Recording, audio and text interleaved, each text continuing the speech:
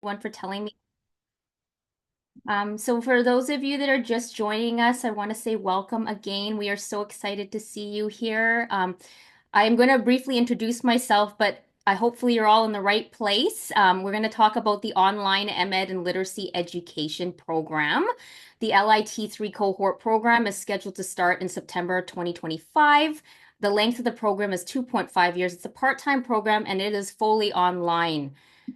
So, first of all, before I start, I do want to acknowledge that we at UBC campus are on the ancestral, traditional, and unceded territory of the Musqueam peoples.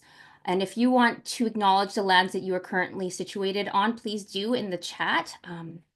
But we're very fortunate to be on the traditional, ancestral, and unceded territory of the Musqueam people at UBC Vancouver campus.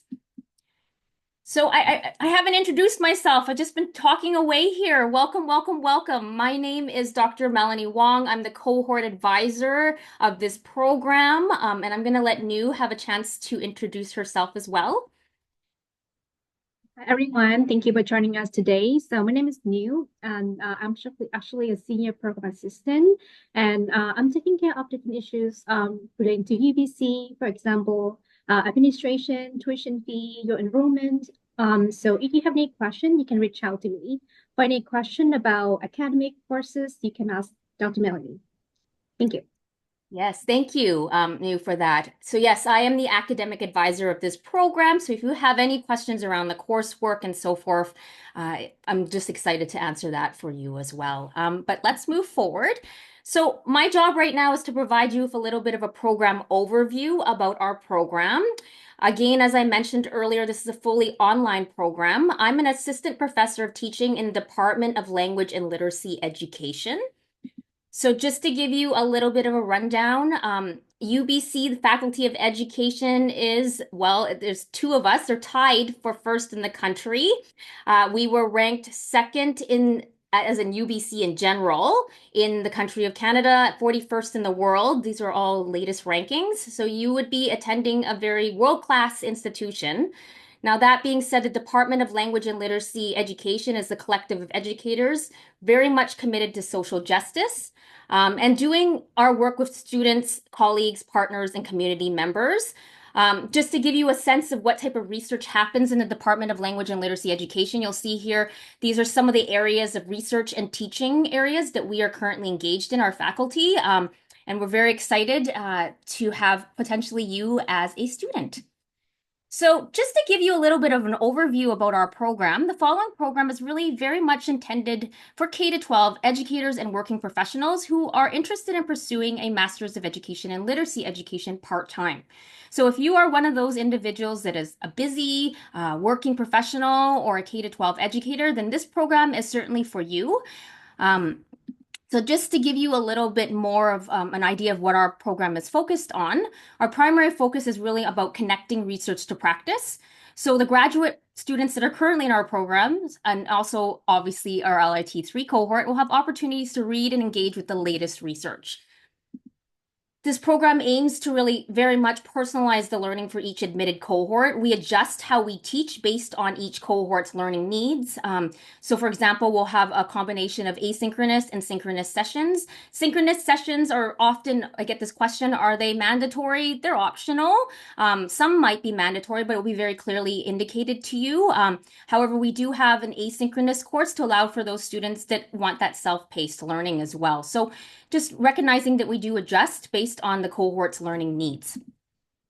Students will be encouraged at the beginning of this program, rather, to engage in self-inquiry. We really want you to come with questions that you are interested in. If you're a K-12 educator, maybe you have questions about your own students and their learning and about literacy education.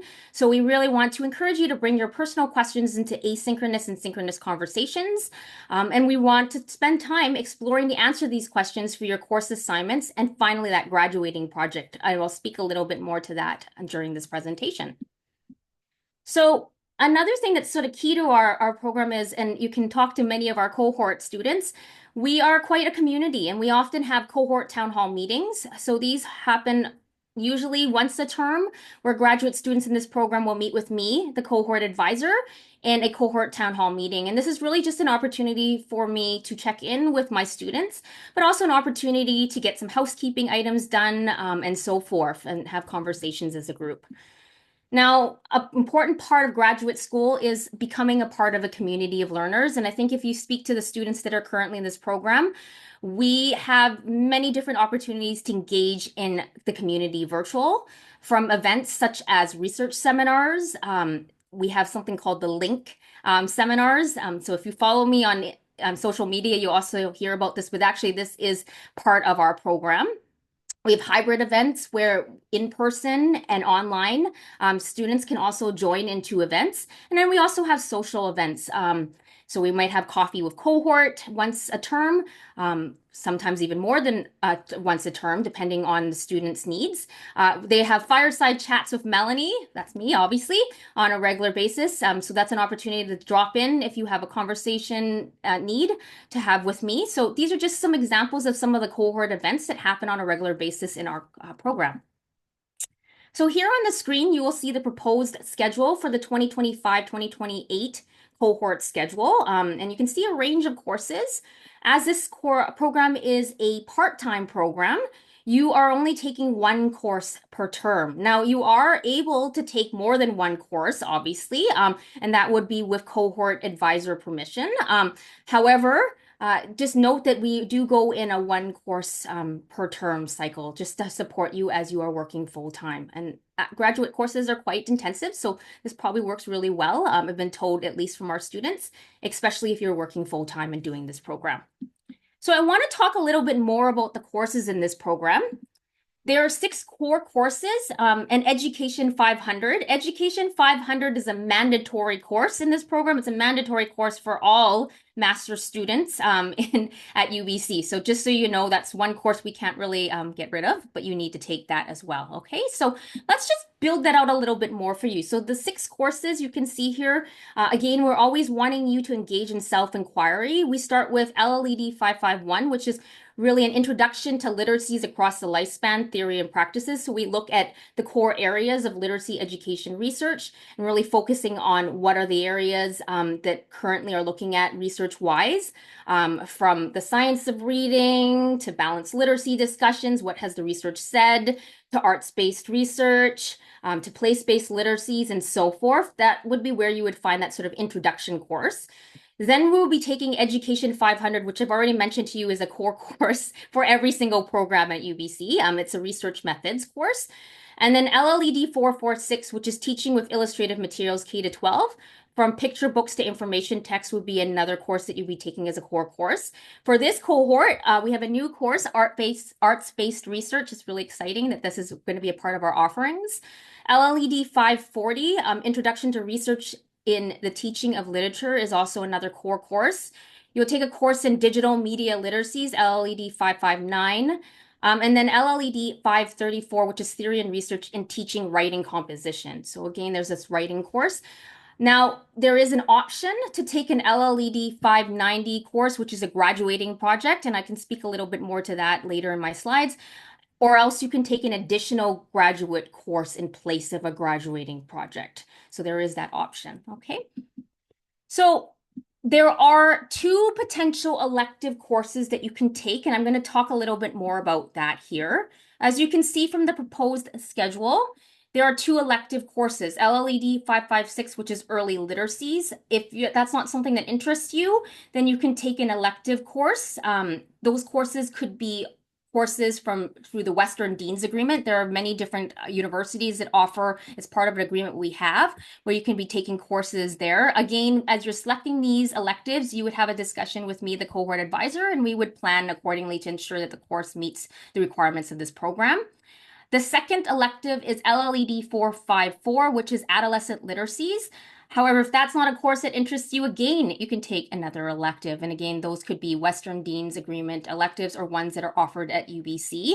I often get this question. I thought I might throw this in here as well as I'm speaking. Can I take courses in person? I live in the Lower Mainland. I'd like to take a course in person. Yes, you can certainly take a course in person. However, for those of you that do not live in the Lower Mainland, note that you have that option to take online courses as your elective. So just knowing that there's a little bit more choice for you. We've had students, I can speak to this in the LIT R cohort and LIT2 cohort who have actually come in person to take courses. They don't live here and they've chosen to come in the summer to take a course. So just know that there's options in this program and certainly a wide variety of options, whether it's in LLED courses or other departments. Okay, so just to give you a sense of what type of courses you might be able to take as an elective. So one of the ways that we finish our program, if you decide to do a graduating project, and even if you don't decide to do a graduating project, you are invited to a virtual graduating project conference. This is an opportunity at the end of the program to celebrate the learning that has occurred throughout the program. It's just a really great opportunity for us. I'm looking forward to the LITR cohort virtual conference soon. And maybe you might want to attend it too as well to check it out in April. But this is just an opportunity to really share our learning and celebrate the fact that you have completed the program. So this, just briefly, here's my program highlight summary. I'm going to hand it over to New shortly, but we're going to start in September 2025. The program is 2.5 years. It's a part-time program. It's 6 core courses plus Education 500. You have 2 electives, but technically one of them's you can either take literacy, early literacy or adolescent literacy, or take another course of your choice. LLED 590 is the graduating project, but if you don't want to do that, maybe you want to take an additional course, then that would be a discussion that we'd have in this program. And we end the program with a virtual graduate student conference. But our application deadline is March 15th, 2025. So that is my part of the presentation. I'll hand it off to you now. Melanie, so now I'm going to talk about the admission and your application checklist. You can go to the next slide. Okay, so the first thing is your transcript. We need at least 4-year undergraduate degree. So we have different scenarios. The first one is you have a B plus, like 76% at UBC in all senior level courses, like 300 courses and above. And if you have BEd, and this is less than 4 years, we need like a combination of 4 years of undergraduate degree, and we need like a GPA of 68%, like B minor.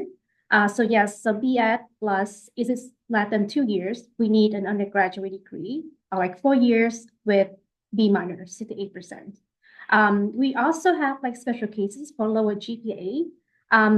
A lot of you have asked me questions like, if I have like a lower GPA, can I still be accepted? So the thing is, we have special cases, and how that works, we will evaluate your academic history, and if the admission committee wants to support you with this case, they might have to write a rationale, and that needs to be submitted to the higher level of UBC, like UBC graduate study. So that will be 2 levels of acceptance. We cannot like this is like special case or not, and we cannot advise you like how long does it take, but we encourage students to apply anyway. So if you have like more than 1 undergraduate degree, you have a master degree, please feel free to include that in your application. And also we require 2-year teaching or equivalent, 2 years full-time teaching experience, or the equivalent of combination of engagement within school, community centers, non-governmental organization, and other education-oriented environments. Notes in cases where applicants have also completed graduate level course work towards a master's or doctorate level program, or as an unclassified student, this coursework is assessed separately, and considerably higher standing may be required because of competitive demand. So to demonstrate that, you need to include that in your resume, and if you can combine like all of the transcript. For example, if you have like a transfer grid from your academic history, please include that in your notes, and you can include all of them in one envelope or one copy, and send it to us. Yes, so we can go to the next slide. The next part is for international students, or if you are someone who finished your undergraduate degree in another country where English is not the primary language of instruction, you must provide results of your English language. And we have different acceptable tests. We have on the website of UBC, graduate studies. Please make sure that your test results have been taken within 2 years, 24 months. We can go to the next slide. So I will talk about how can you send documents like transcript or reference letter to us. The first thing is transcript. For your initial application, we only require scanned copies of your original documents, upload on post-secondary institution transcript attended, the back and front pages in a single PDF file. We actually need the grade point scale of your institution. With the exception of UBG transcript, you don't need to provide that. And on transcript, PDF copies must include official up-to-date transcript for on current and previous post-secondary study. Just a note that grade sheets, like a screenshot of your record, are not accepted. We need to have like an official transcript in your scanned copy. So at this stage, we just need like a scanned copy, and you can upload that in your application. But some students may not have like a scanned copy of the official transcript. That way, you can still order your transcript from the institution and send it to our office. And after that, the second stage of your admission, if you receive an offer, you will then have to provide these documents as well. So if you already send that to us in the first stage, then we can forward that to UBC. We need 3 recommendations from professors, educators, or administrators that speak to your abilities or your engagement with education and leadership. We have more information about reference, or we have professional or academic. We have more instruction. I will put the link in the chat later. We also need your resume. Like we mentioned, we need 2 years of teaching experience. We include everything in your resume. And also we need statement of intent, 500 words, that outlines the application academic strengths and specific interests, or he or she would like to pursue it in the online field and med illiteracy. So I'm going to interrupt Nu and just add a few things to help. So these are really important documentation for the admission committee. And I just want to just highlight a few things. Earlier, Nu mentioned special case rationales. So perhaps your undergraduate marks were not as high as you had hoped. And as a result, you need to make a case for the admission committee to admit you into this program. So it is very important that you choose, if that's the case in your scenario, that you choose recommendations that are strong. So ideally, you're choosing people that know you as an educator. Maybe you've done some really amazing work in your schools, K to 12, and this master's program is going to support you to become an administrator in your school district. Then please select references, for example, that would highlight that and speak to the strengths. The other part that's really critical, and I tell you this from an admission committee standpoint, is the 500-word statement of intent.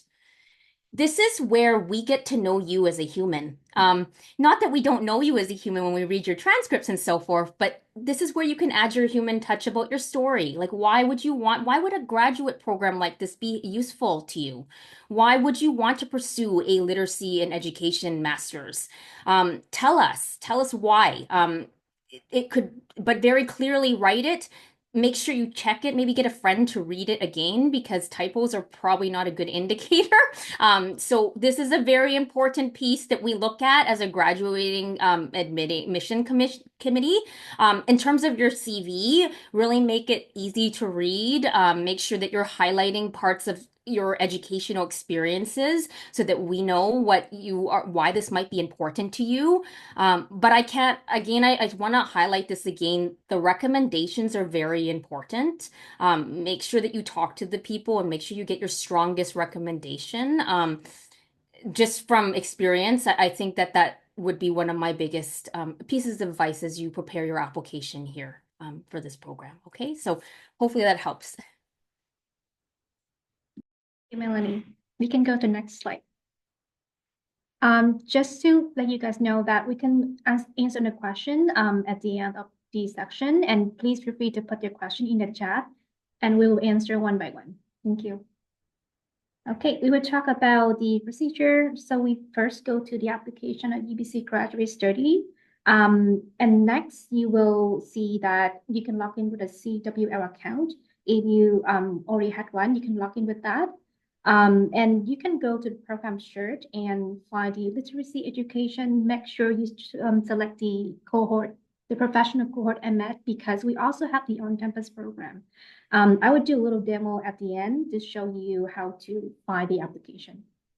And you can upload on your supporting documents. There will be questions, and there will be some like a checklist. There will be something that you can save and come back to work on it later. So don't worry about having not own documents at the same time. And then once you pay for your online application and submit all the required documents, you can go to the part-time acknowledgement form into your application. So this is the part that you will not have it ready yet because you need to have a student number. Once you submit and pay for your application, you will have a student ID next to your name, and then you can fill up the form, and you fill it out with your student ID, your signature, and then you can come back to this question, the part-time form, and upload the form. If you have any questions, just feel free to reach out to me. We can go back to the next slide. Yes, so like Melanie mentioned, the deadline is actually March 15 next year. This is the fee for domestic applicants, and international applicants is $168. And this is non-refundable. So you have to think carefully about when you submit the application. We also want to make sure that this is just the so Melanie, we just want to double check that the application deadline is actually March 15, and this is the same as documentation. Okay, thank you. Yeah, so you have to get everything ready. You can feel free to submit the application, save it, and then come back and upload everything. The deadline is March 15. So if you have reach out to your referees, make sure that they submit everything by March 15. Thank you. We can go to the next slide. So tuition, actually this is like installments. So we have 8 installments that we spend over 8 terms.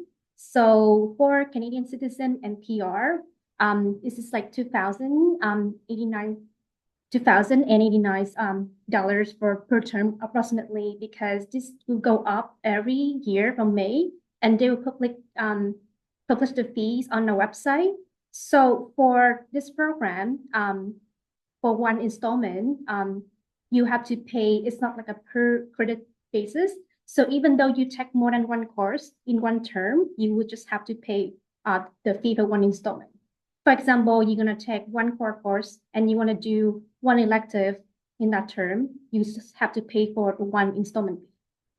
And then the tuition for the whole year for Canadian citizen and PR is $16,000 approximately.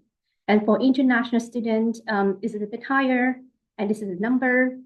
You can feel free to check our Vancouver calendar website of UBC, because like we mentioned in this slide, it will go up by 3% in May.